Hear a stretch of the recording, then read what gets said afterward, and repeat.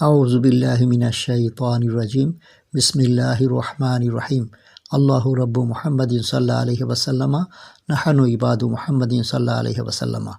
হুজ্জাতুল ইসলাম ইমাম গাজ্জালী আলাইহি রহমাতুর রেজওয়ান মুকাশিফাতুল কুলুব নামক কিতাবে লিখেন, হযরত শাইখ ইব্রাহিম খাওয়াস রহমতুল্লাহ আলাইহি বলেন, আমি লাসকামের পাহাড়ে ছিলাম। ওখানে আনার দেখে আমার খাওয়ার ইচ্ছা হয়।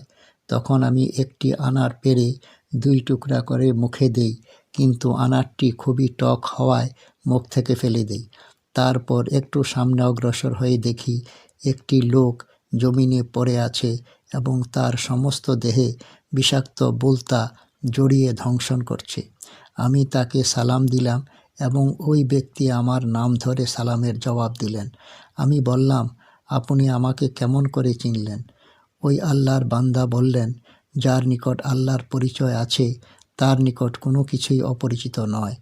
তখন আমি বললাম, তবে তো আল্লাহর নিকট আপনার মাকাম অনেক ঊর্ধ্বে। আপনি আল্লাহর নিকট কেন দোয়া করেন না আপনার এই কষ্ট হতে মুক্তি দেওয়ার জন্য? তখন ওই বুজুর্গ বললেন, আমিও জানি আল্লাহর নিকট তোমার মাকাম বড়, কিন্তু কেন দোয়া করো না আল্লাহ যেন তোমাকে লোভ লালসার থেকে বাঁচান।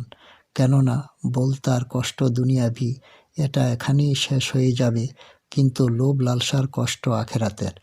বলতা শরীরকে ধ্বংসন করে, কিন্তু লোভ লালসা দিলকে ধ্বংসন করে। আর লোভ লালসা বাদশাকে ফকির এবং সবুর ফকিরকে বাদশা বানিয়ে দেয়। আল্লাহ পাক জাল্লা শানহু আম্মা নাওয়ালহু লোভ লালসার থেকে আমাদেরকে মেহেরবানি করে বাঁচিয়ে রাখেন। ওয়া আখিরুদ দাওয়ানা আনিল হামদুলিল্লাহি রাব্বিল আলামিন।